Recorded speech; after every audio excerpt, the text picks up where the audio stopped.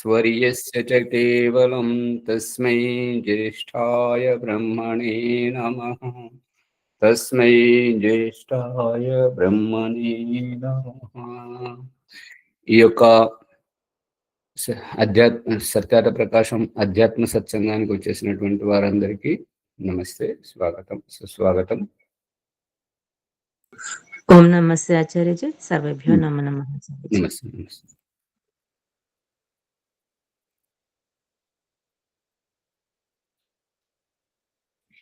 సత్యాత ప్రకాశము 3వ సముల్లాసము. ప్రభాకర్ గారు మీరు ఉన్నదని అన్నారు కదా 51వ పుటలో. మునీజీ క్యా కుछ పూछ रहे थे? ప్రాణ అపాన గురించి సందేహం ఉండే. ఇంకొకటి హిందీలో రెండు సందేహాలు వచ్చాయి. హిందీలో ప్రాణ్ ఉఖడ్ గయే, ప్రాణ్ ఉఖడ్ గయే, ప్రాణము వదిలాడు, ప్రాణాలు వెళ్ళిపోయినవి, ఉఖడ్ గయే ప్రాణాలు పోయినాయి, లోపటికెళ్ళి బయటకు వచ్చిపోతున్నాయి కదా.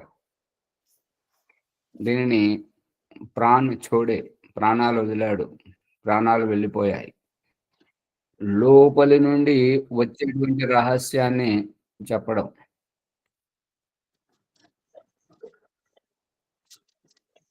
ఈ విధంగా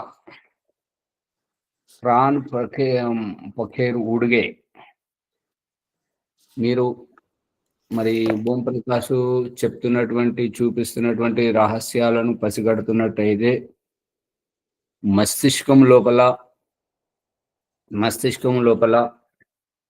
ఈ యొక్క పీయూష గ్రంథి నుంచి వెనుకకు చిన్న మెదడు వరకు ఒక పావురం ఆకృతి మస్తిష్కం లోపల ఉన్నది. ఆ పావురం ఆకృతి అనేటువంటిది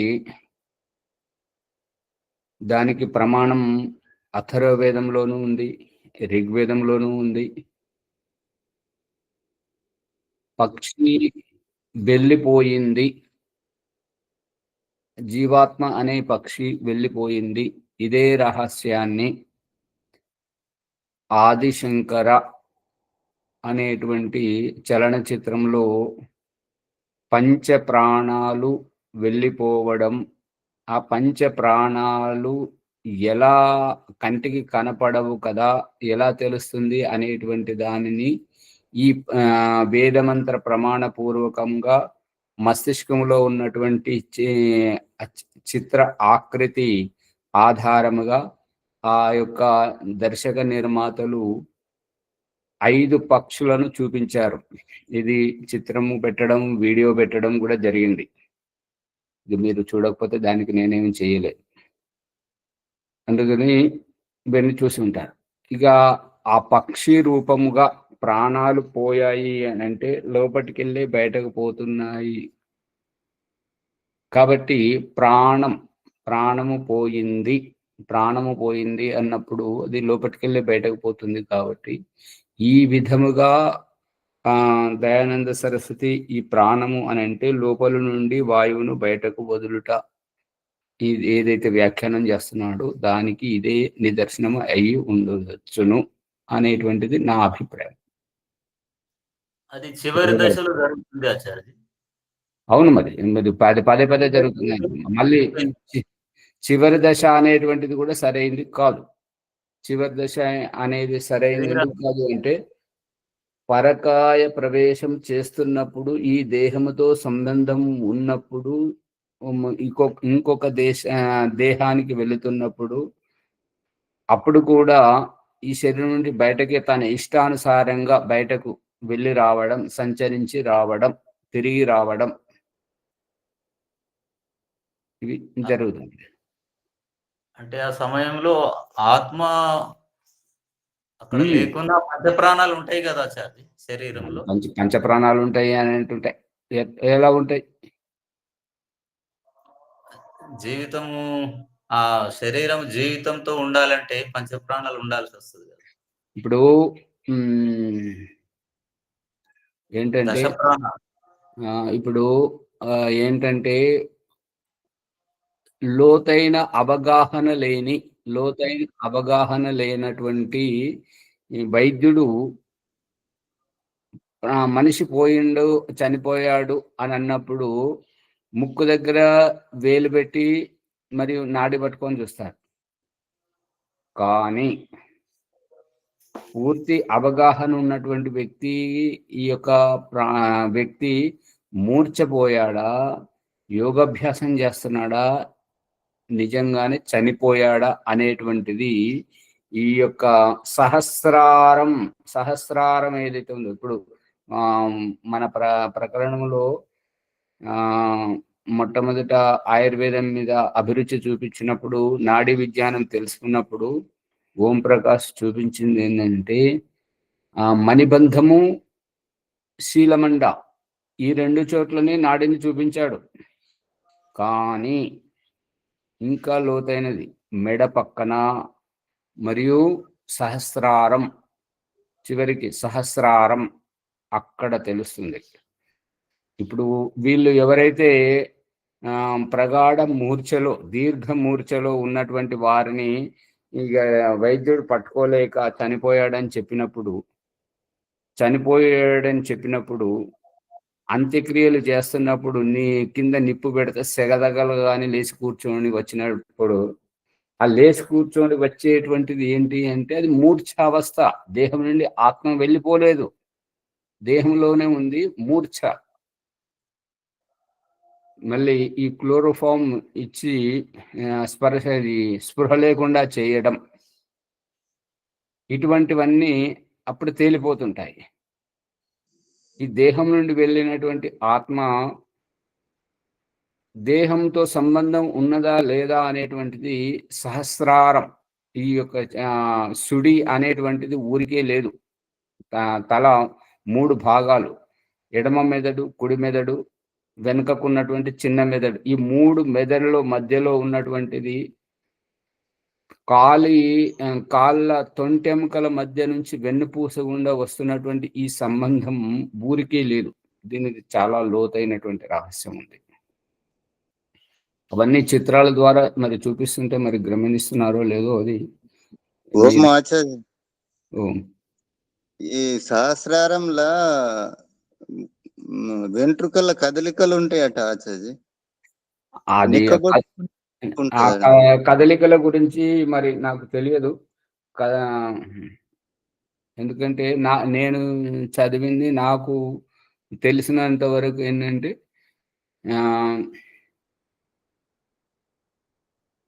ఇట్లా ఇట్లా కొట్టుకుంటున్నట్టుగా చర్మం, ఇంతవరకు అయితే తెలుసు. ఇది కొట్టుకుంటుంటే దీని మీద తెలిసినటువంటి ఆ వెంట్రుకలు కదులుతాయేమో, అది నేను మరి నాకు అంతగా నాకు కనపడదు, నేను ఇంకొకరికి చూడలేదు. అవునా చర్జి, చిన్నపిల్లలప్పుడు మనం మామిడికి కొబ్బరి నూనె పెడతంటే అప్పుడు పోడదు కదా, అప్పుడు బాగా తెలుస్తుంది అంతే. అమ్మగారు ఇప్పుడు కొద్దిగా మునిగారు ఓపిక పెట్టండి.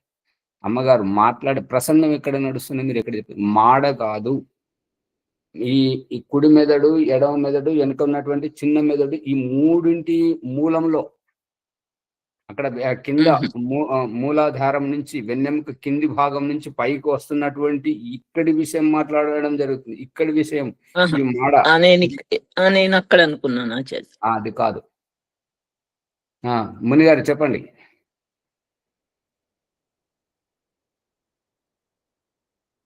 మ్యూట్ లో ఉన్నారు, మైక్ ఆన్ లో పెట్టి మాట్లాడండి. మ్యూట్ లో ఉన్నారు. చిన్న పిల్లలకు ఆచారి 1-2 నెలల పిల్లలకు ఇక్కడ మాడ దగ్గర కూడా అదే స్పందన జరుగుతుంది, కానీ ఇక్కడ సుడి దగ్గర మాత్రం జరగదు. మీరు చెప్పేది సుడి దగ్గర అని చెప్తున్నారు. అవును, అది ఇప్పుడు భీమరావు గారు ఇక్కడ ఎవరు గమనించలేదు. అదే మరి అది గమనించి ఉంటే చెప్పండి. అదే మాడ ఉంటది కానీ చివరి దశలో, ప్రాణాలు కోల్పోయిన దశలో గాని ఏందంటే నాడి దొరకకున్నా గాని కోల్పోక ముందు అక్కడ నిక్కబొడుచుకున్నట్టుంటాయి రోమాలు అని చెప్తారు. నాకు చూసారా, భీమరావు గారు మాట మార్చారు. చాలా జాగ్రత్తగా ఉండండి. మళ్ళీ చెప్పండి. ఆచార్య, ఇప్పుడు ప్రాణము ఉంటే ఇక్కడ నాడీ వ్యవస్థలు ఇక్కడ దొరకకున్నా గానీ అక్కడ అది భీమరావు గారు కెమెరా ఓపెన్ చేసి చేయబెట్టి చూపెట్టండి. ఇక్కడ అంటే మనం ఇంత చెప్తున్నా కూడా విజయదుర్గమ్మ గారు, ముని గారు ఇంకెక్కడో చూస్తున్నారు. అందుకని సహస్రారంలో సుడి భాగంలో ఆ వెంట్రుకలు నిక్కబొడుచుకున్నట్టు ఉంటాయి అని చెప్తారు. ఇప్పుడు చూసారా, భీమరావు గారి మాట ఏంటంటే మొట్టమొదట వారి ప్రస్తావన ఏంటంటే వెంట్రుకలు కదులుతాయి అన్నటువంటి దాంతో మొదలుపెట్టి నిక్కబొడుసుకాయి. ఇప్పుడు దెబ్బ తగిలితే బొడుసు వచ్చినప్పుడు నిక్కబొడిసినప్పుడు ఎట్లుంటాయో ఆ రకంగా ఇప్పుడు చెప్తున్నారు. మాట మారిందా లేదా? అదే ఆడవాళ్ళు ఉండవు కదా చర్చి, మరి ఎలాగా అంటే ఆడవాళ్ళకు ప్రాణం ఉండదా కదా చర్చి? ఇలా దువ్వినట్టు ఉంటాయి కదా. ఆడవాళ్ళు ధ్యానం చేయరా? వాళ్ళు ఉద్గీత ప్రాణాయామం చేయరా? వాళ్ళు బాహ్య అభ్యంతర విషయాక్షేపి చేయరా? సుడి ఉండదా? అదే మరి ఇప్పుడు సీమంతం అన్నప్పుడు ఆడవాళ్ళకు, అమ్మాయికి అయితే 5వ నెల, 7వ నెల, 9వ నెల చేయమని చెప్పేసి దయానంద సరస్వతి రాశాడు కదా. సుడి ఉండే స్థానం ఏంటంటే ఇప్పటికి నాకు అర్థం అవ్వలేదు ఆచార్య. అంటే సుడి అంటే ఎక్కడైతే జుట్టు పెట్టుకుంటారో దాని యొక్క మూలం నుంచి వచ్చేటువంటిది. జుట్టు ఎక్కడ పెట్టుకునే దగ్గర అంటే ఇక్కడ మాడి దగ్గర కాదు అవి అంతా ఎక్కడున్నారు, ఎలా దొరికారు? అది కాదు. వేసుకుంటారు కదా, అదే దానికి అక్కడికే వస్తున్నారు. ఈ జుట్టు పెట్టుకోవడం, సిగబెట్టుకోవడం దేనికి అంటే ఈ సహస్రార చక్రం మీద దెబ్బ తగలకుండా ఉండడానికి. అది దాని యొక్క మూల సిద్ధాంతం. ఇక మునిగారు అడిగినటువంటి ప్రశ్నకు సమాధానం ఏంటంటే, జజ్జర్ గురుకులంలో స్వామి ఓమానంద్ గారు అని ఉండేవారు. వారు ఘర్కా వైద్య అనేటువంటి ప్రకరణంలో అనేక పుస్తకాలు రాసి దాంట్లో సర్ప విష చికిత్స, పాము కరిస్తే దగ్గర ఏది లేకపోతే అక్కడ ఏం చేయాలంటే ఓ పెద్ద గొయ్యి తీపించి దాంట్లో పేడ వేసి కూర్చుండబెట్టి ఆ వ్యక్తికి శ్వాస ఆగిపోతుంది, నాడి కూడా ఆగిపోయినటువంటి స్థితిలో తెలియకపోతే యొక్క దాంట్లో కూర్చుండబెట్టి ఈ యొక్క జుట్టు ఎక్కడైతే పెట్టుకుంటారో అక్కడికి వెళ్ళి అది వెంట్రుకలు తీసేస్తే అక్కడ ఇట్లా కొట్టుకున్నట్టుగా అనిపిస్తుంది. అట్లా కొట్టుకుంటుంది అంటే వాడు బతుకున్నాడు. ముందు దాంట్లో కూర్చుండబెట్టి ఆవు పేడ మాత్రమే, వేరే పేడకు అవకాశం లేదు అనేటువంటి చికిత్స విజ్ఞానం చెప్పినప్పుడు అక్కడ దాని గురించి తెలుసుకోవడం జరిగింది. మళ్ళీ ఇక నా వ్యక్తిగత విషయం అడిగితే నేను ముందే చెప్పాను, నాది నాకు కనబడదు, ఇంకోరు చూసే అవకాశం దొరకలేదు అని నేను ముందే చెప్పాను. అర్థమైందా? ఇది విషయం. ప్రాణం అంటే ఒక చిన్న విషయము. ఇప్పుడు ఫస్ట్ ప్రాథమిక స్థితిలో ఈ దేహం ఏర్పడటానికి, శిరస్సు ఏర్పడటానికి ప్రాణమే కదా మూలము. అమ్మగారు, ఈ ప్రకరణం వేరు, అది వేరు. కొద్దిగా ఓపిక పట్టండి. దయానంద సరస్వతి ఈ సత్యార్థ ప్రకాశము, ఋగ్వేదాది భాష భూమిక, దాంట్లో ప్రకరణాన్ని వేదమంత్ర ప్రమాణపూర్వకంగా ఒకసారి ఏంటంటే ఈ యొక్క సువర్చలమ్మ గారు ఇప్పుడు లేవనెత్తినటువంటి విషయాన్నే తీసుకొని బయటకు వెళ్ళే నీళ్లు ఆచమనం చేసినప్పుడు చేతిలో పోసుకున్నటువంటి నీళ్లు బయట వస్తువు లోపలికి ఎట్లయితే పోతుందో ఆ రకంగా బయట వాయువును లోపలికి, ఇదే విషయాన్ని ఋగ్వేదము 10వ మండలము 125వ సూక్తము 8వ మంత్రం 1వ పాదంలో అక్కడ చెప్పబడింది ఏంటంటే, అహమేవ, నీవు గర్భంలో ఉన్నప్పుడు తల్లి పేగుబంధం ద్వారా నీవు శ్వాస తీసుకొని బ్రతికావు, ఇప్పుడు బయటకు రాగానే పేగుబంధం తెంచనైనది, ఇప్పుడు వాయువుగా నేను నీ దగ్గరికి వచ్చాను, ఇక నీవు పీల్చుకో, నీ జీవితాన్ని ఆరంభించడానికి నేను వాయువుగా వచ్చాను కాబట్టి ఈ వాయువును నువ్వు శ్వాసగా పీల్చుకుంటేనే నీకు జీవితం ఆరంభమవుతుంది, లేదంటే నువ్వు చనిపోతావు. అనేటువంటి విషయాన్ని అక్కడ వేదమంత్రంలో చెప్పడం. అంటే పీల్చుకో అంటే మొట్టమొదటిది ఎప్పుడైతే ముక్కు శుభ్రం చేసినాక పీల్చుకో అంటే వెనకెళ్ళే లోపలికి వెళ్ళాలి అనేటువంటిది అభిప్రాయం. ప్రభాకర్ గారు ఓ అర్థమవుతుంది? మాచారి ఉండండి ముని గారు ఇంకా ఓం ఆచార్యజీ, ఆ, ఈ సందేహం నివృత్తి అయితలేదు. ఎందుకంటే ఒక ప్రకరణంలో ప్రాణం అంటే లోపలికి తీసుకునే వాయువు అంటున్నాడు. ఉమ్, ఓ మాచారి నేను చెప్తా ఆచారి వీరి సందేహ నివృత్తి. ఇక్కడ చెప్పండి. వేరేది అంటున్నాము. ఏది కరెక్ట్ అని మేము తెలుసుకోవాలి. ఉండండి ఇప్పుడు నేను ప్రభాకర్ గారు నేను చెప్తే వినండి ఒకసారి. ప్రభాకర్ గారు ప్రశ్నిస్తారు కదా, ఉండండి. ముని గారు చెప్తారంటే వినండి. చెప్పండి ముని గారు. ఇప్పుడు ప్రాణం అనే శబ్దము లోనికి వచ్చే గాలికి ఉన్నది, బయటకు పోయే గాలికి ఉన్నది నామం. ఆ ప్రాణం యొక్క స్థితులు 5 రకాల స్థితుల లోపల 5 రకాలుగా పేర్లు పెట్టారు పెద్దలు. వచ్చేదాన్ని ప్రాణం అన్నారు, పోయేదాన్ని ప్రాణం అన్నారు. కానీ వాటి పని మీద ఆధారపడి ఇది అపానము, ఇది వ్యానము, ఇది సమానము, ఇది ఆ విధంగా సమానమని మన ప్రాణమే అంటున్నారు. దాన్ని కూడా కేటగరీస్ చేశారు. తర్వాత ఉప ప్రాణాలకు కూడా నాగ, కూర్మ, కృకుల, ధనుంజయ, దేవదత్త ఈ 5 కూడా 5 రకాల వేరు పనులు చేస్తాయి కాబట్టి దానికి ఉప ప్రాణం అన్నారు. ప్రాణం అనేది ఒక రూఢి శబ్దం దానికి. అట్లా అంటే అంత లోతుగా కాకుండా అంత ఒక విద్వాంసుడు చెప్పాడు అనమాట. ప్రాణం అనేది బయటకు వెళ్ళేదాన్ని ప్రాణం అన్నాము, లోనికి వచ్చేదాన్ని ప్రాణమే అన్నాము. ఒకరి తర్వాత ఒకరు మాట్లాడండి, ఇద్దరిద్దరు మాట్లాడితే వినేవాళ్ళు అర్థం కాదు. ఓ మునిజీ గారు, అంత లోతుగా కాకుండా సామాన్య వ్యవహారంలో ప్రభాకర్ గారు ఏమనాలి, వదిలే గాలి ఏమనాలి అనేది ఒకటి కావాలి. ప్రభాకర్ గారు కొద్దిగా మీ అభిప్రాయాన్ని పక్కకు పెట్టండి, ఎందుకంటే మీరు మాట మారుస్తున్నారు. దేవుడు చూపిస్తున్నటువంటి ఈ యొక్క శారీరక విజ్ఞానం ప్రకారం లోతుగా బయటగా కాదు, బయటనే చేస్తున్నారు, పైననే చేస్తున్నారు అంటే లోపలిది వదిలిపెడుతున్నారనే కదా. భగవంతుడు ఇప్పుడు దయానంద సరస్వతి చెప్పినటువంటిది ఏంటంటే, సత్యార్థ ప్రకాశం అందరికీ ఏ రకమైతే సూర్యుని వెలుతురు, ఈ భూమి, నీరు, ఆకాశము, వాయువు అందరికీ ఏ రకంగానో వేద విజ్ఞానం కూడా అందరికీ ఒకే రకంగా. అంటే అవగాహన లేని ఆర్య సమాజకులు చెప్తున్నటువంటిది ఏంటంటే, సత్యార్థ ప్రకాశం పిల్లలకు అర్థం కాదు, అందుకని బాల సత్యార్థ ప్రకాశం అని చెప్పేసి తేలిక చేసినప్పుడు కొంత లోతైన విషయాన్ని వదిలిపెట్టడం వల్ల ఉపయోగం ఎవరికి ఉపయోగం అంటే ఎవరికి ఉపయోగం లేదు, మభ్య పెట్టడం వరకే. అందుకని విషయము లోతుగా తెలుసుకుంటేనే మనకు అవగాహన అవుతుంది. ముందు పడతాయి.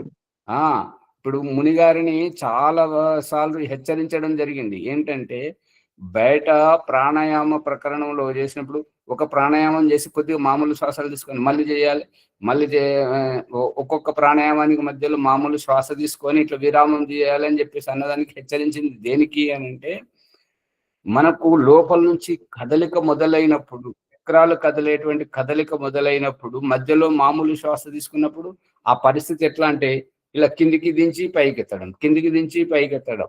ఈ రహస్యం ఇంకా అర్థం కాకపోతే ఆ కమ్మరి వాళ్ళ దగ్గరికి పోతే ఏంటంటే, అవసర వాళ్ళ దగ్గర పోతే వాళ్ళు ధాతువును వేడి చేసి దెబ్బ మీద దెబ్బ వేడి మీదనే చేస్తేనే వాళ్ళు అనుకున్నటువంటి ఏ కొడవలి గొడ్డలి ఏది అది అవుతుంటది. అది ఒకసారి దెబ్బ కొట్టి మళ్ళీ దాన్ని చల్లార్చి మళ్ళీ కొట్టాలపోతే అది ఇరిగిపోతుంది కాబట్టి మళ్ళీ వేడి చేయాలి. ఆ వేడి చేసేటువంటిది. అందుకని ఈ మధ్యలో శ్వాస అనేటువంటిది అవగాహన లేనటువంటిది, అది వదిలేయాలని చెప్పేసి హెచ్చరించడం జరిగింది. మీరు అంతలోతుగా కాకుండా, ప్రభాకర్ గారు చెప్తున్నటువంటి ఏంటంటే అంతలోతుగా కాకుండా అని మీరు మాట మారిస్తే, భగవంతుడేమో లోతుగానే చెప్తున్నాడు. మీకు అర్థం కాకపోతే గురువును పట్టుకొని గురువు ముఖంగా దాన్ని అభ్యాసం చేసి లోతును పట్టుకోవాలని దేవుడు చెప్తున్నాడు. ప్రభాకర్ గారు అంటున్నారు అంత లోతుగా కాకుండా అని అంటున్నారు. అంటే ఆచార్యజీ, ఆ వాయువులు, దశవాయువుల గురించి తెలుసుకోవడం అవసరమే కాదనం, కానీ ఇక్కడ పాన అపాన అనేది ఒకటి గుర్తుండిపోయింది. ఏంటంటే, ఇప్పుడు దానికి ప్రాణం అని, వదిలే లోపల వాయువు అపానం అనేది మన మనసులో స్థిరమైపోయింది. వాటి క్రియ వాటి పేర్లు ఉన్నాయి అంతే. సాగతీత పక్కకు పెడితే ప్రాణము అనేటువంటిది బయట నుంచి వచ్చేదానికి, అపానము అనేటువంటిది లోపల నుంచి బయటకు వదిలేదానికి. ఇది కార్బన్ డైఆక్సైడ్ ప్రశ్వాస సర్వసాధారణంగా ఈ యొక్క పొట్ట శుద్ధి లేనప్పుడు ఆ గ్యాస్ ఏదైతే వదులుతుంటామో దానికి అపానం అని పేరు లోక వ్యవహారంలో. దేహస్థితిలో ఉన్నప్పుడు ఇప్పుడు యోగ సాధన చేసేటువంటి వారు ఇలాగే భ్రాంతిలో ఉండకూడదు. ప్రాణం ఉఖడుగయే, ప్రాణాలు వెళ్ళిపోయాయి, ప్రాణాలు వదిలాడు, విలవిలలాడుతూ ప్రాణాలు వదిలాడు అనేటువంటి అభిప్రాయం ఏంటంటే బయటకు వదులుతున్నాడు కదా, దీనికి కూడా ప్రాణం అనే పేరు ఉంటుంది. ఈ సమయంలో అపానము అని అంటే అది పరిస్థితి ఏంటంటే అది ఇక్కడ మనోరంజమైన కథ ఏంటంటే, ఒక ఆవిడ చిరుతిండ్లు తినడానికి బాగా అలవాటు పడి భర్త అత్త మామల వాళ్ళ దృష్టిని మళ్లించుకొని వాళ్ళ దృష్టిలో పడకుండా అన్ని అణుములన్నీ ఉడకబెట్టుకొని తింటున్నదంట. తింటూ ఉంటే ఇక శబ్దం వస్తే వాళ్ళు అత్త కోప్పడుతుంది అని చెప్పేసి ఏంటంటే ఇక అది దూది పెట్టుకున్నదంట. అంటే ఇక వాయువు బయటకు పోయేసరికి తల్లడిల్లుతుంటే డాక్టర్ దగ్గరికి పోతే ఎంత పరీక్ష చేసినా ఈమెలో ఏమి ఇబ్బంది లేదు, ఇంత అవస్థ ఎందుకు పడుతున్నది అని చెప్పి చూస్తే ఏంటంటే పొట్ట నిండా వాయువు ఉన్నది. మరి వాయువు ఉన్నప్పుడు బయటకు ఎందుకు పోతలేదు అని అంటే పరీక్షించినప్పుడు దూది కనపడింది అనమాట. అది తీసేసరికి శబ్దం పోయింది. ఇప్పుడు ఇక్కడ తెలుస్తున్నటువంటిది ఏంటంటే చివరి సమయంలో కూడా ప్రాణం వదిలేటప్పుడు కూడా అపానము అనే పదం వాడితే బొగ్గు పులుసు గాలి వదలడమే అనే అర్థం వస్తుంటది. అందుకని ఆ అర్థం అది కాదు. ఈ ప్రాణము అన్నదానికి ఆత్మ, పంచ ప్రాణాలు ఇవి వేరు అనేటువంటిది విడిగా స్పష్టంగా చెప్పడమే ఈ ఉద్దేశం. ఇంకోటి ఏంటి సందేహం? ఒకటి అయిపోయింది, ఇంకోటి అయిపోయింది ఆచార్యజీ. దీంట్లో ఇంకో సందేహం ఉంది. రూపము, రసము, గంధము, స్పర్శ అనేది ఈ పంచభూతాలు 4 తోటి సంబంధం ఉంది. ఇంకోటి ఆకాశం అనేది ఈ మిగతా వాన్ని ఆకాశానికి సంబంధించినవి అనేది సందేహం. ఇది మంచి ప్రశ్న, లోతైనటువంటిది. మరి ఇది లోతైనది కాదు, పైన పైననే అంటే ఇది పైన ఎలా తీసుకొస్తున్నది? ఈ పంచమహాభూతాలు ఉన్నా ఆ పంచమహాభూతాలు ఈ పృథివీ అనేటువంటి ఆకృతికి ఆకాశంలో అవకాశం ఉంటేనే కదా ఈ పృథివీ ఇమిడింది. వాయువు సంచరించడానికి అవకాశం ఉంటేనే కదా, నిప్పు అగ్ని రాజుకోవడానికి అవకాశం ఉంటేనే కదా, అన్నింటికి ఆసనం ఇచ్చింది ఆకాశమే. అర్థమవుతుందా?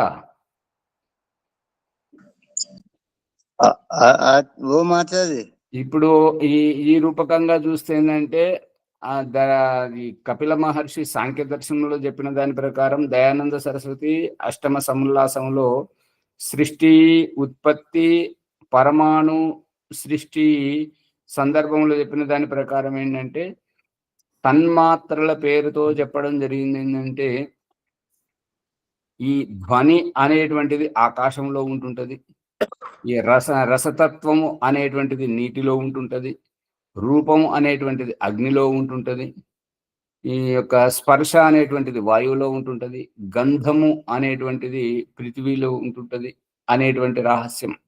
సూక్ష్మ తన్మాత్రలు సూక్ష్మభూతములు, స్థూల భూతములు. అర్థమైందా? అదే బయట ఉంటాయి, శరీరంలో కూడా ఉంటాయి ఆచార్య. అవును, అంతటా ఉంటాయి. అవి ఓం రూప, రస, గంధ, స్పర్శ అయిన తర్వాత సంఖ్య, పరిమాణము, పృథక్వం, సంయోగం ఈ మిగతాయన్నీ మరి ఆకాశానికి సంబంధించినయా అని? ఇవి ఆకాశానికి సంబంధించినవా?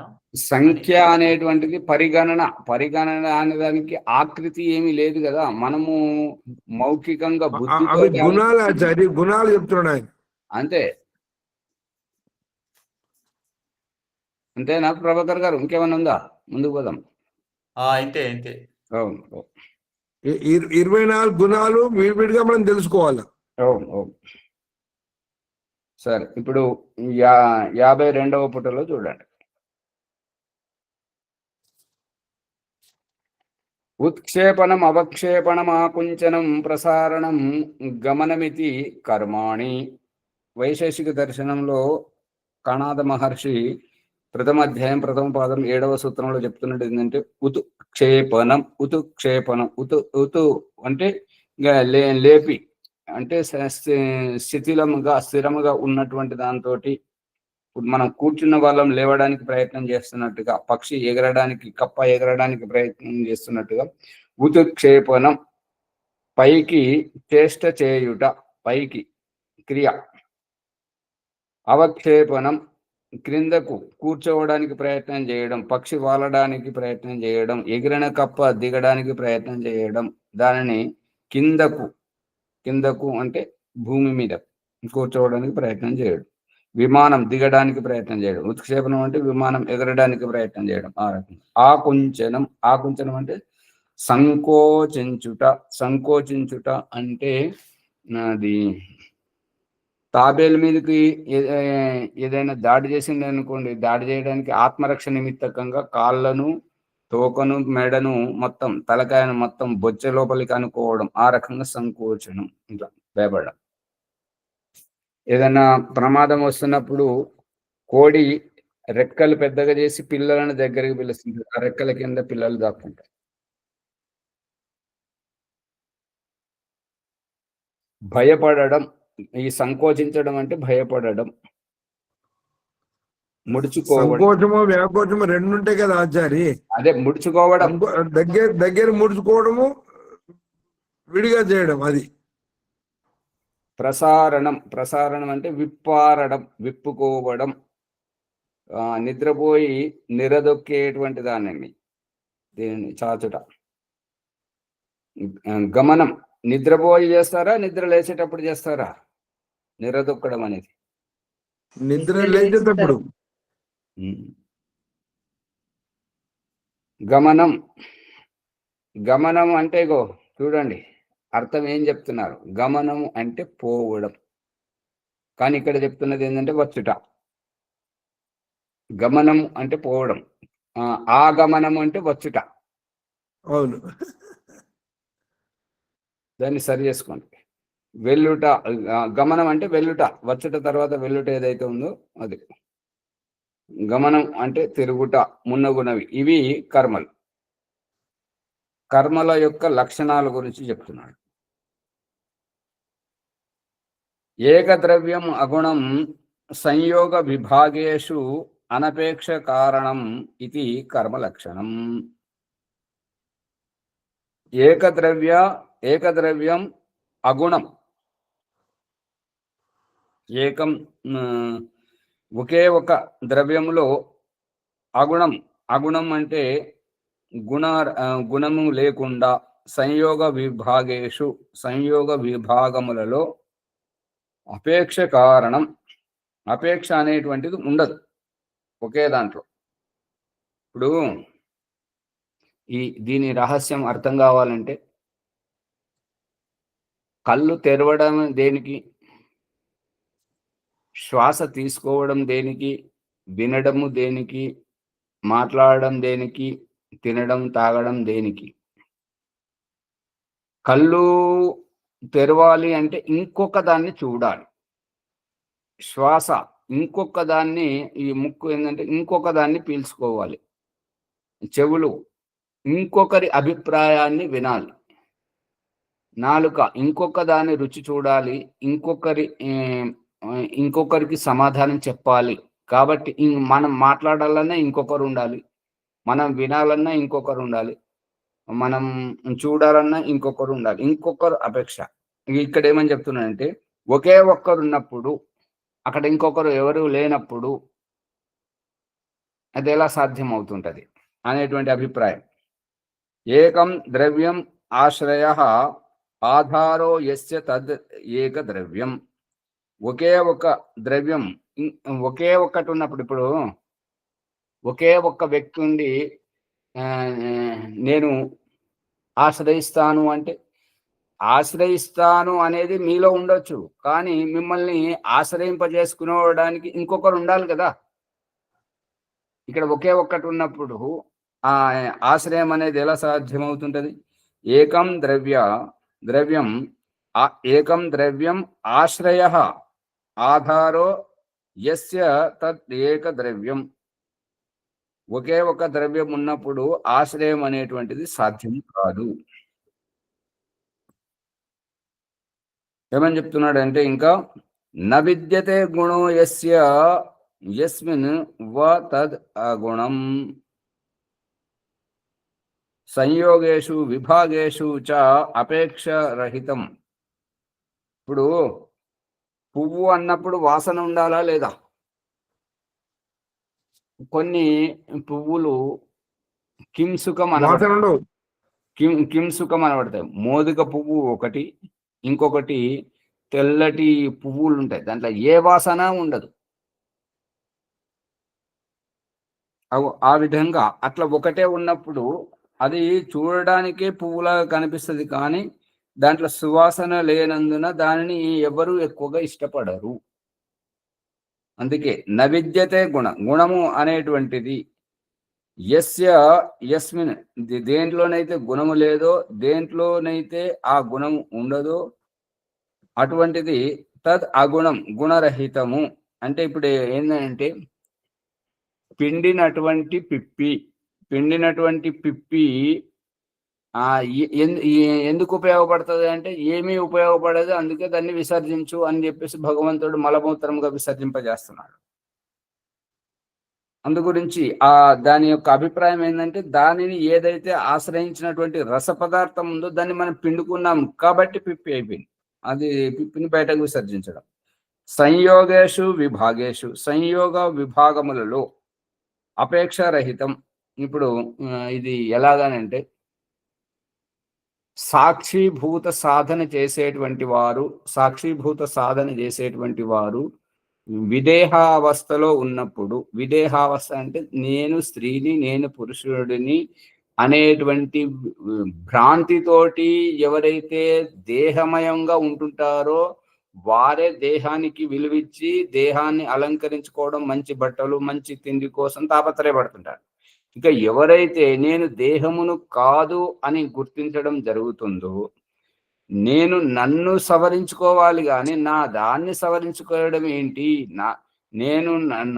నేను స్నానం చేయాలి కానీ నా దానికి స్నానం చేయించడం ఏంటి, నా దాన్ని అంటే నా శరీరానికి స్నానం చేయించడం, దానికి బట్టలు కట్టడం. అంటే నేను స్నానం చేయాలి కదా అంటే ధ్యానం చేయాలి, నేను స్నానం చేయాలి అని అంటే నాకు యొక్క వేదం జ్ఞానం కావాలి, వేద జ్ఞానము మరియు యోగ సాధన తద్వారా నాకు స్నానం అవుతుంటది. నా శరీరానికి మాత్రం బయట నీళ్లతోటి స్నానం అవుతుంటది. ఇప్పుడు శరీరాన్ని కడుక్కోవడం, శరీరాన్ని చేయడం, శరీరానికి బట్టలు కట్టడం, శరీరాన్ని అలంకరించేటువంటి ఆడంబరంలో ఉన్నటువంటి వారు ఆత్మతత్వానికి దూరంగా ఉన్నాడు. ఎవరైతే ఈ శరీరాన్ని వదిలేసి ఉంటారో వారికి ఈ పైన ఒక వస్త్రం కింద ఒక వస్త్రం, ఈ యొక్క బ్రహ్మచారులు ఆచార్యులు మరి ఇప్పుడు పురోహితులు కూడా చుట్టుకొని వస్తున్నారు కదా, ఆ రకంగా. అటువంటి వారి యొక్క అభిప్రాయం, వాళ్ళు సాక్షిభూతంగా ఉన్నప్పుడు ఏంటంటే ఎవరైనా ఇంటికి వస్తే వాళ్ళతో పలకరించరు, వాళ్ళతో కలవరు, వారి సాధన వారే. ఎవరైనా వెళ్ళిపోతున్నా కూడా ఎందుకు వెళ్ళిపోతున్నావు అని అడగరు, చెయ్యరు. అంటే వచ్చినా పోయినా ఒకే విధంగా ఒక జడ వస్తువు బల్బు కానీ కుర్సీ కానీ వచ్చిపోయే వాళ్ళను ఏ రకంగా అయితే చూస్తున్నట్టుగా కనిపిస్తుందో ఆ విధంగా ఇంటికి వచ్చిన వాళ్ళతో పలకరించరు, వెళ్ళిపోతున్నటువంటి వాళ్ళని అయ్యో ఎందుకు వెళ్ళిపోతున్నారు అని అనరు, తినమని అనరు, కూర్చోమని అనరు, ఏది చేయరు అన్నమాట. వాళ్ళు సాక్షిభూతంగా ఉంటుంటారు. అందు గురించి వాళ్ళ ఆ రకంగా ఉంటున్నటువంటి వారి గురించి ఇంటికి వచ్చేటువంటి వారి సాధనలో వారు ఉంటారు, వారికి ఈ ధ్యాస లేదు, వారు పరధ్యానంలో ఉంటారు అనేటువంటి విషయం. ఇక ఇంటి వారు సైతం వారి ఇంట్లో ఉన్న విషయాన్ని కూడా మర్చిపోతారు. ఎందుకనంటే ఇంట్లోకి దొంగోడు వచ్చినా అడగరు, కుక్కలు వచ్చినా వెళ్ళగొట్టరు, ఏది చేసినా కూడా వాళ్ళు సాక్షిభూతంగా ఉంటుంటారు. ఇది ఇటువంటి రహస్యం అయినప్పుడు సంయోగం విభాగం సాక్షిభూతంతో ప్రమాదం జరుగుతుంటది ఆచార్య మరి. ప్రమాదం జరుగుతుంటదంటే ఈ ప్రమాదాలకు వాళ్ళు అతీతంగా ఉంటుంటారు కదా. ఇప్పుడు ఏంటంటే వాళ్ళు దేనికి పట్టించుకోరు. ఇప్పుడు అక్రియ ధ్యానంలో మనం నేర్చుకుంటున్నటువంటిది ఏంటంటే ఏదైనా చూడాలనుకున్నప్పుడు చూసే వరకు అసంతృప్తి, ఏదైనా వాసన చూడాలి అని అనుకున్నప్పుడు అక్కడ చూసే వరకు అసంతృప్తి, ఎవరైనా మాటలు వినాలన్నప్పుడు వినే వరకు, ఏదైనా మాట్లాడాలన్నప్పుడు మాట్లాడే వరకు అసంతృప్తి, అసంతృప్తి నుండి సంతృప్తి వైపు ఏదైతే రావడం జరుగుతుందో అక్కడ వాళ్ళు నిర్విచార స్థితిలో ఉన్నారు కాబట్టి ఇప్పుడు ప్రమాదం ఎవరికి జరుగుతుంది అని అంటే దేహానికి జరుగుతుంది. దేహానికి వారు దేహాన్నే పట్టించుకోకుండా దేహాతీత స్థితిలో, అంటే విదేహ అవస్థ, వైదేహి అనబడుతుంటారు. వైదేహి అంటే దేహానికి అతీతంగా ఆత్మస్థితిలో ఉన్నప్పుడు ఇక ప్రమాదం దేనికి జరుగుతుంది? ఆత్మ పట్టుబడదు. శస్త్రం ఛేదించలేదు, నిప్పు కాల్చలేదు, నీరు తడపలేదు, భూమి కుల్లబెట్టలేదు. ఇక ప్రమాదం దేనికి? ప్రమాదం ఎవరికి జరుగుతుంది అంటే దేహాన్ని పట్టుకున్నటువంటి వాళ్ళకే. ఈ ఇల్లు నాది అని పట్టుకున్నటువంటి వారికే, ఈ భార్య నాది, ఈ భర్త వాడు, ఈ యొక్క సంపద నాది అని నాది అని పట్టుకున్న వాళ్ళకే ప్రమాదం. కానీ అన్ని విడిచిపెట్టిన వారికి ఏం ప్రమాదం? ఏముండదు అట్లా.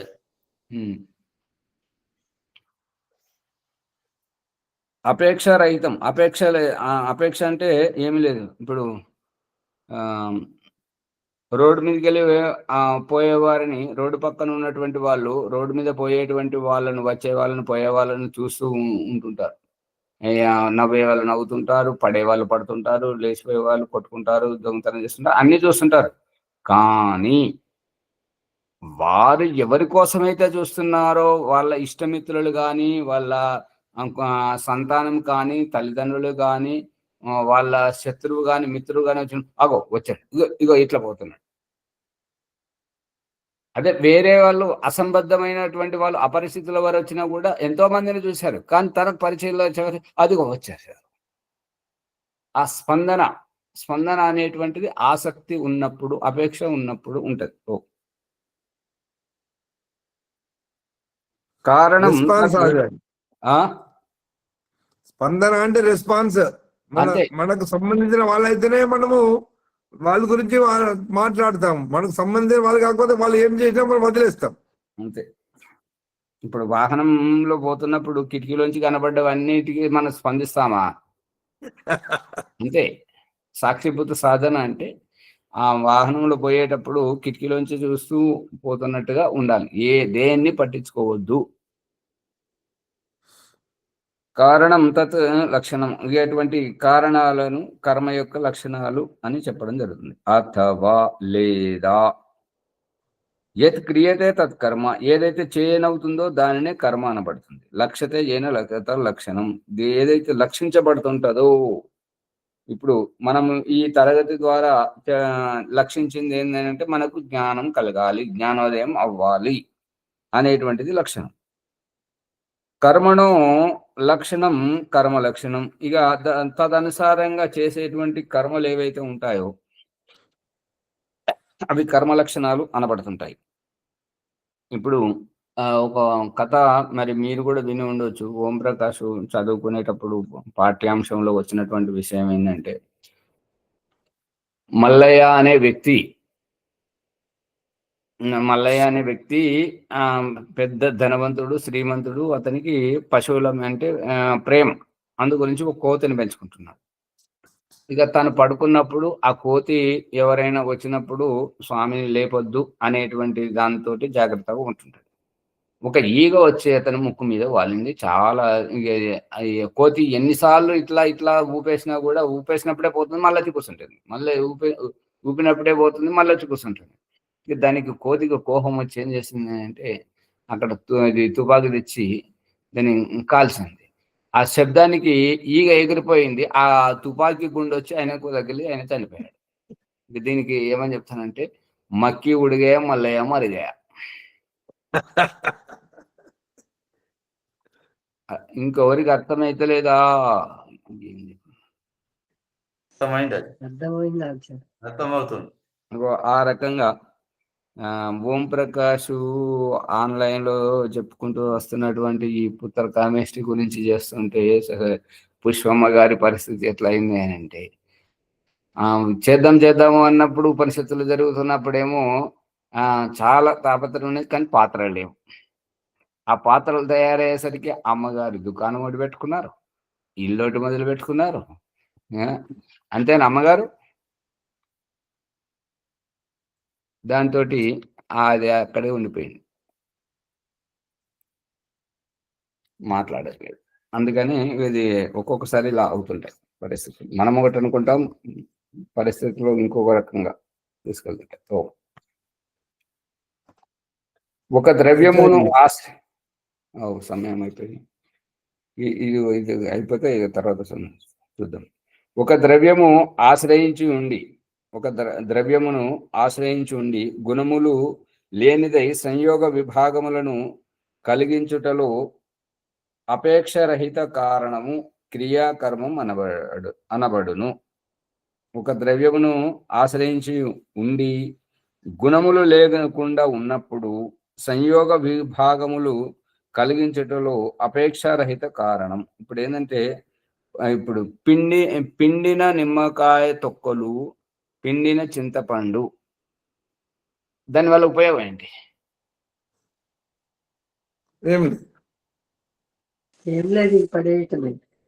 అదే, అందుకని ఇక్కడ అదే విషయం చెప్తున్నాం. ఒక ద్రవ్యమును ఆశ్రయించి ఉన్నది ఏంటంటే పులుపు ఉన్నది, కానీ ఎప్పుడైతే దాన్ని పిండుకోవడం జరిగిందో ఆ పులుపు అనే గుణము లేనిదై సంయోగ విభాగములు కలిగినచో, అంటే అది వేరైపోయి సంయోగం వేరైపోయి విభాగములై ఉన్నప్పుడు దానివల్ల అపేక్ష రహితం.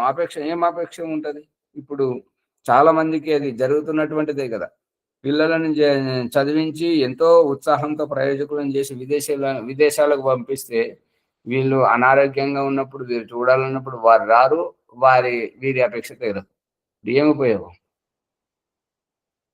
ఆశ్రమాలలో ఉన్నప్పుడు ఇక అదే జరుగుతుంది అన్నట్టుగా. అందు గురించి అపేక్ష రహితం అంటే వాళ్ళతోటి ఏదైనా ఆశిస్తే ప్రయోజనం ఏంటది? ఏముంటది?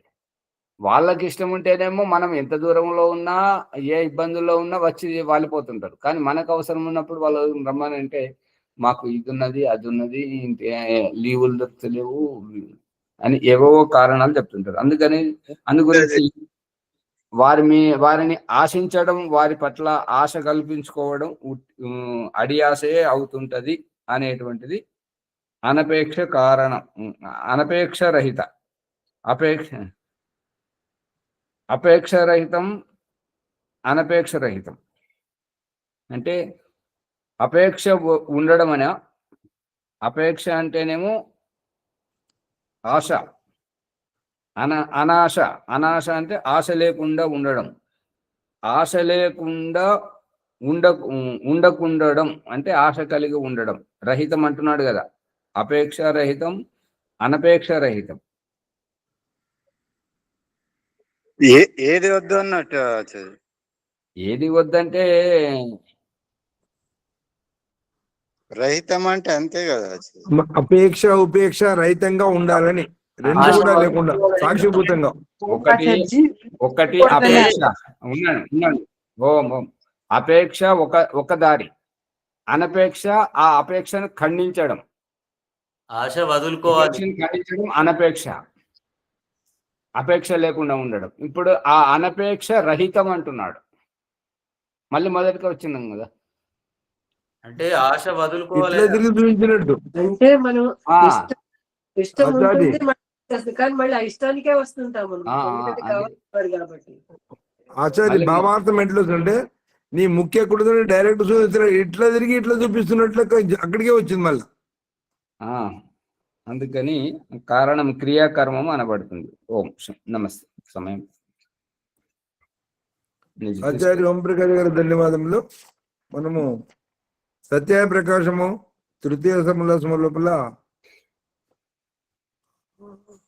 మన ఋషి వైశేష శాస్త్రములో అనేక రకాల సూత్రాలను ఉల్లేఖిస్తూ దయానందుడు లోతుగా అర్థాన్ని విడదీస్తున్నాడు. కర్మ అంటే ఏంది, తర్వాత కర్మ లక్షణం అంటే ఏంటిది, తర్వాత ఇంకా ఈరోజు మనం నిన్న తెలుసుకున్నటువంటి తన్మాత్రల గురించి, తన్మాత్రలు ఎక్కడ ఏ తన్మాత్ర దేనికి సంబంధించి ఉన్నది, బాహ్యంగా ఎలా ఉంటాయి, ఆంతరికంగా ఎలా ఉంటాయి, తర్వాత గుణము గుణి సంబంధము, ఈ విధంగా ద్రవ్యము, ఉపేక్ష అపేక్షలు, తిన్న తర్వాత పిప్పి మీద మనం అపేక్షిస్తే మన లాభం వస్తుందా, ఏమి రాదు. ఆ విధంగా తెలుసుకోవడము లోతుగా వస్తుంది అర్థము. దీన్ని ఈ ఎపిసోడ్ లైక్ చేయండి, షేర్ చేయండి, సబ్స్క్రైబ్ చేయండి, పక్కన ఉన్న గంట సింబల్ గట్టిగా నొక్కండి. 1-2 సార్లు వినండి. ప్రార్థన. ఈరోజు వైదిక సంతోపాసన ప్రణవమని ఉన్నది. మరి హిందువాసరము ఈ మధ్యన ఎవరైనా ఉన్నారా? భీమరావు గారి ఈరోజు మార్జన మంత్రాలు. భీమరావు గారా? నాదుంది కానీ నేను రేపు చేపిస్తా. ఇక్కడ జరిచి వెళ్తురు లేదు, ఇక అనిపిస్తలేదు సార్. Okay okay okay. నేను చెప్పమంటే వాళ్ళను అత వైదిక సంతోపాసన ప్రణవముని భాగ్యనగర్ సంధ్యాయోగ బ్రహ్మ సాక్షాత్కారము. సంధిలో కూడా విశిష్టత ఏంటంటే యోగం వస్తుంది, బ్రహ్మజ్ఞానం కలుగుతుంది, ఈశ్వరుడు సాక్షాత్కరుతుంది. ఇంత లోతైన అర్థం ఉంది ఇందులో మనం. కాబట్టి మనము ధ్యానపూర్వకంగా మనం చేసినట్లయితే బాగా లాభం కలుగుతుంది. అందరూ కూడా అదే విధంగా అర్ధసహితంగా చేస్తారని అలా తెలుసుకుంటున్నాము. ఓం అమృతోపస్తరణమసి స్వాహ. ఓం అమృత అపిదానమసి స్వాహ. ఓం సత్యం యశః శ్రీర్మయి స్త్రీః శ్రేతామ స్వాహ. అదా ఆచమన మంత్రాః. ఓం శన్నో దేవీరవిష్టయా ఆపో భవంతు పీతయే శయ్యోరవిశ్రవంతు నః. అంగస్పర్శ మంత్రాః. ఓం వాక్ వాక్. ఓం ప్రాణః ప్రాణః. ఓం చక్షుః చక్షుః. ఓం శ్రోత్రం శ్రోత్రం. ఓం నాభిః. ఓం హృదయం. ఓం కంఠః. ఓం శిరః. ఓం బాహుభ్యాం యశోబలం. ఓం కరతల కరపృష్ఠే. అతః మార్జన మంత్రాః ఆత్మ సాక్షాత్కారం. ఓం భూ పునాతు శిరసి. జీవాత్మ ప్రార్థన. ఓ ప్రాణప్రదాత, ఈశ్వర సందేశం.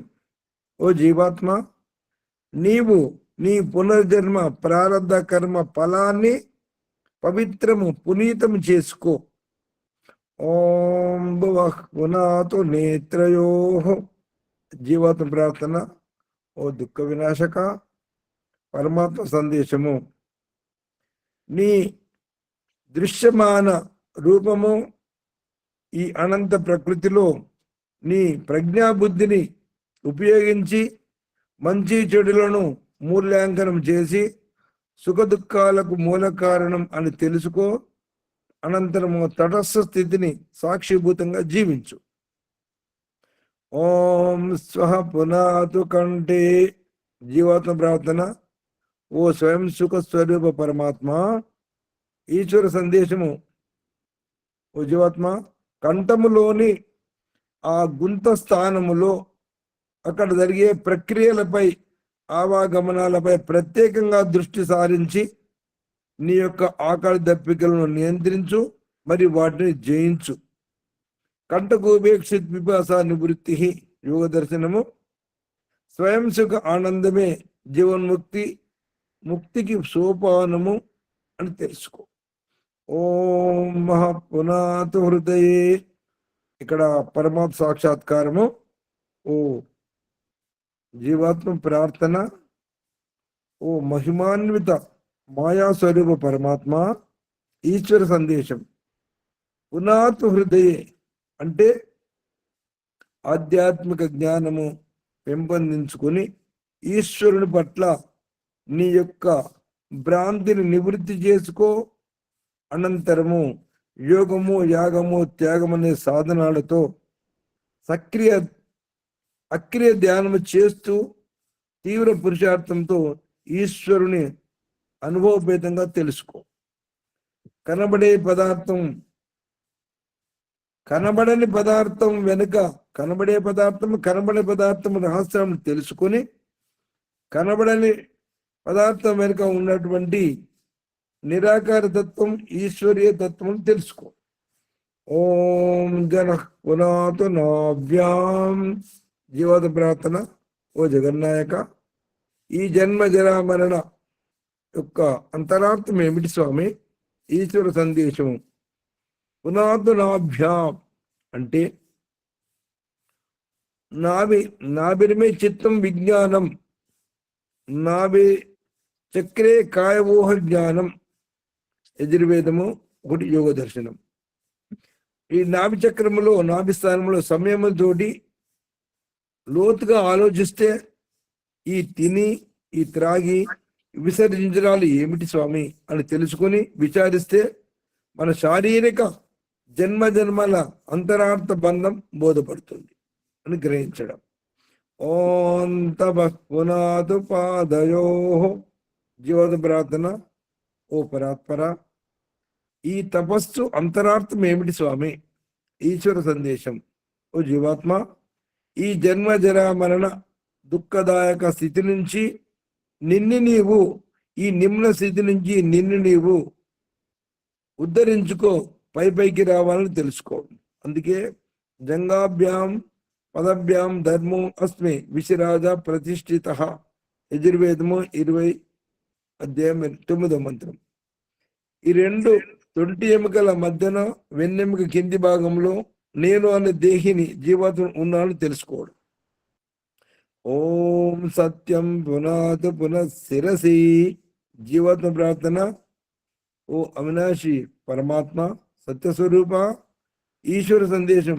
ఓ జీవాత్మ, పవిత్ర భావనతో మరోసారి మళ్ళీ ఈ శిరస్సునందు అనుభవభేదంగా ధ్యానించి తెలుసుకుంటే ధన్యుడు అవుతాం.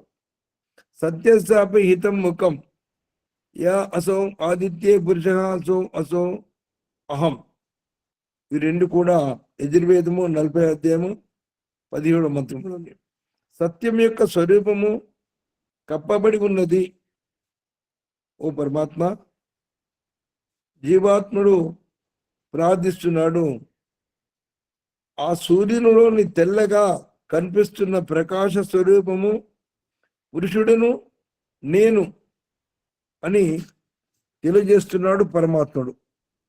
పురీషం వసానః సుకృతస్య లోకే తత్ర గచ్చ యత్ర పూర్వే పరేతః. యజుర్వేదము 13 అధ్యాయము 31 మంత్రము. ఓ జీవాత్మ, నీవు ఇక్కడ ఉండవలసిన వాడివి కాదు. ఎందుకంటే ఎక్కడికైతే నీ పూర్వజులు, పెద్దలు, పితరులు తరించి వెళ్ళిపోయారో ఆ పుణ్యలోకాలకు వెళ్ళు. ఓ జ్ఞానస్వరూప, ప్రకాశం కనిపిస్తుంది కానీ నువ్వు కనిపించడం లేదు స్వామి. ఎక్కడున్నావు? సూర్యుని ప్రకాశిస్తున్నది ఆ ప్రకాశమును నేనే అని తెలుసుకో. అందుకే నా శక్యతే వర్ణయుద్ధం గిరా తదా స్వయం అంతఃకరణేన గృహ్యతే. ఓం ఖం బ్రహ్మ.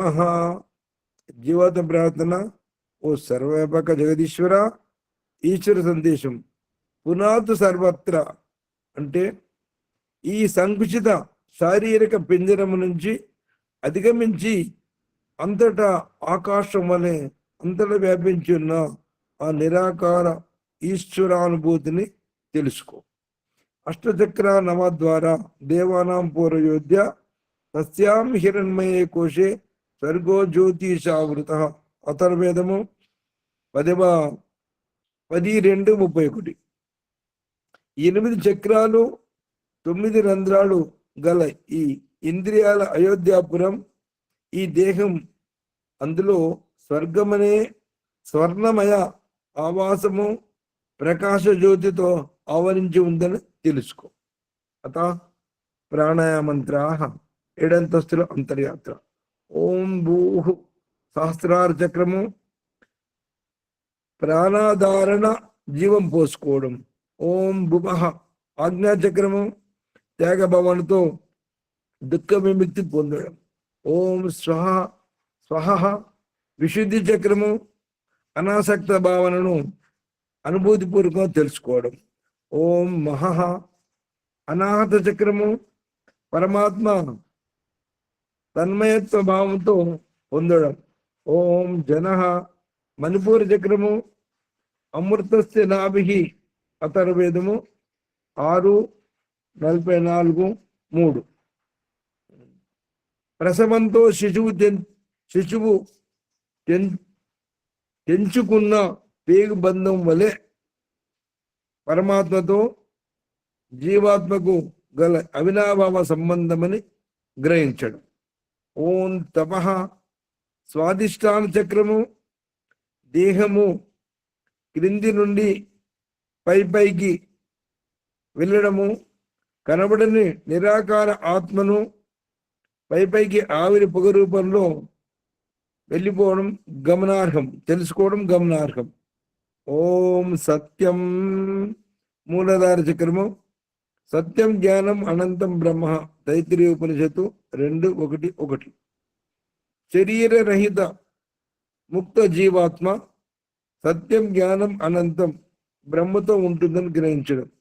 ప్రాపంచిక సుఖ దుఃఖాలను అనుభవంతో తెలుసుకొని ఆనందమగ్నమైన ఈశ్వరుని ఆధీనంలో ఉండటం. ఈ విధంగా 7 అంతస్తుల అంతర్యాత్రలో దశ ప్రాణాలతో తెలుసుకొని ఈశ్వరుని అనుభూతి పొంది ఈశ్వరుని యొక్క మోక్ష స్థితిని పొందడము సంధ్య యొక్క మొదటి ప్రకరణము. ఏ జీవాత్మ అయితే మొదటి ప్రకరణంలో ఈశ్వరుని లక్షణాలను చేరుకోలేదో అట్టి జీవాత్మను సంధ్య 2వ ప్రకరణంలో అగమనసిన మంత్రంతో మళ్ళీ పరమాత్మను స్తుతి ప్రార్థన ఉపాసన ప్రారంభిస్తుంది. అత అగమర్శన మంత్రాః. ఓం రితంచ సత్యం జావీద తపసోదజాయత తతో రాత్ర్యజాయత తతః సముద్రో అర్ణవః సముద్రాదర్ణవాదీ సంవత్సరో అజాయత అహోరాత్రాన్ విదదాదిశ్చ సమిషతో వసే సూర్యాచంద్రమసౌ దాతా యథా పూర్వమకల్పయత్ దివం చ పృథివీం చాంతరిక్షమతో స్వః. ఓం చన్నో దేవీరవిష్టయ ఆపో భవంతు పీతయే శయ్యోరవిస్రవంతు నః. అత మనసా పరిక్రమణ మంత్రాః. ఓం ప్రాచేదిగగ్నిరధిపతిరసితో రక్షితాదిత్యా యశమః దేవ్యో నమోధిపతిభ్యో నమో రక్షితృభ్యో నమః నమయేభ్యోస్తు యోస్మాన్ ద్వేష్టి యం వయం దిష్మస్తం మోజం వేదద్మః. మనసా పరిక్రమణ ద్వారా పరమాత్ముడు నన్ను ఏ విధంగా కాపాడుతున్నాడు అని అనుభవపేతంగా తెలుసుకుంటున్నాడు జీవాత్మ. అందులో మొదటిగా తూర్పు దిశలో ఆ పరమాత్ముడు అగ్ని ప్రకాశ స్వరూపుడై ఆధిపతి అయి ఉండి చంద్రహాస కొడవల వలె సూర్యకిరణముల ద్వారా తన హక్కులను చేర్చుకుంటూ రక్షిస్తున్నాడని తెలుసుకుంటాడు. తర్వాత దక్షిణ దిశ లోపల ఓం దక్షిణాదిగింద్రోధిపతే శిరస్సి రాజే రక్షితాపితరైషమః దేభ్యో నమోధిపతిభ్యో నమో రక్షితృభ్యో నమః నమేభ్యోస్తు యోస్మాన్ ద్వేష్టి యం వయం దిష్మస్తం మోజం వేదద్మః. దక్షిణ దిశ లోపల ఆ జగదీశ్వరుడు అనంత ఐశ్వర్యానికి స్వామి ఇంద్రుడై ఉండి చరాచర జగత్తులోని సర్వ ప్రాణులను కాపాడుతూ ఈ సృష్టి క్రమానికి వంకర టింకరగా కుతంత్రాలతో జీవించేటువంటి ప్రాణుల నుండి తల్లిదండ్రుల వరే నన్ను రక్షిస్తున్నాడని తెలుసుకుంటాడు. తర్వాత పశ్చిమ దిశ లోపల ఓం ప్రదేశే దిగ్వరుణోధిపతికి ప్రదాకో రక్షితాన్నమిజమః ఏభ్యో నమోధిపతిభ్యో నమో రక్షితృభ్యో నమఃభ్యో నమేభ్యోస్తు యోస్మాన్ ద్వేష్టి యౌమయం దిష్మస్తమోజం వేదద్మః.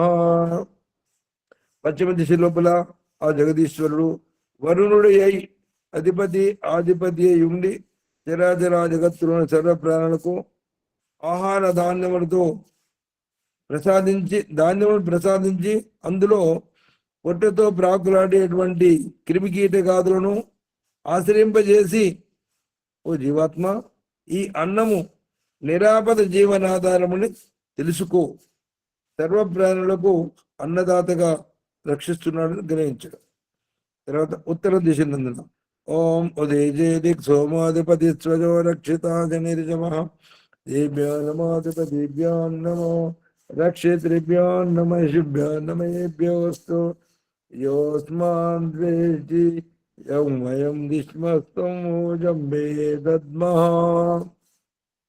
ఉత్తర దిశ లోపల ఆ పరమాత్మ జగదీశ్వరుడు సోమోధిపతి, సోముడుగా చంద్రుడిగా ఉండి నిరాచర జగత్తులను సర్వప్రాణులను రక్షిస్తున్నాడని, మరియు స్వయంగా పుట్టుకొచ్చేటువంటి క్రిమి కీటకాలను వాటి పట్ల విద్యుల్లతను ఉత్పన్నం చేసి శరాఘాతమైన మెరుపులతో వాటిని నివారిస్తూ సస్యశ్యామలమైన పాడి పంటల గురించి నత్రజని ఉత్పన్నం చేసి రక్షిస్తున్నాడని అనుభవభేదంగా తెలుసుకుంటాడు.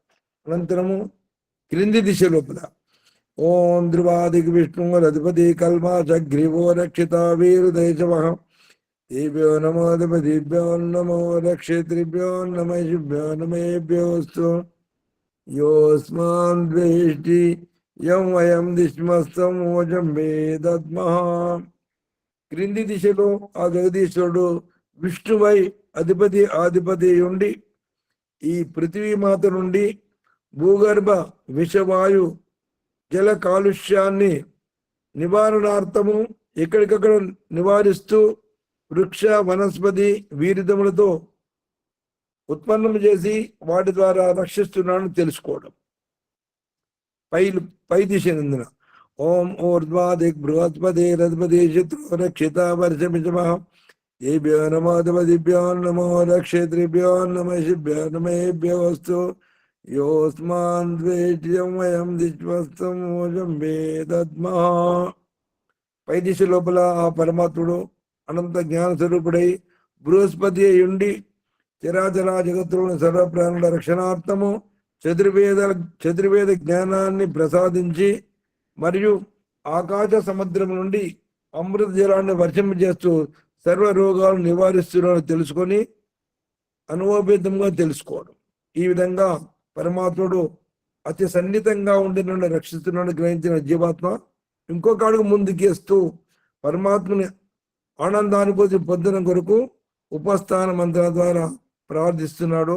అత ఉపస్థాన మంత్రాః జాత వేద చే సునివామ సోమమరాతీయతో నేదహాది వేద సనః పరిషదతి దుర్గాని విశ్వా నావేవ సింధు దురితాత్యగ్ని చిత్రం దేవానాముదగాదనీకం చక్షుర్మిత్రస్య వర్ణస్యాగ్నేః ఆప్రద్యవా పృథివీ అంతరిక్షం సూర్య ఆత్మా జగతస్తస్య ఉదిత్యం జాతవేదసం దేవం వహంతి కేతవః దృశే విశ్వాయ సూర్యం ఉద్వయం తమసస్పరిస్వః పశ్యంత ఉత్తరం దేవం దేవత్రా సూర్యమగన్మ జ్యోతిరుత్తమం.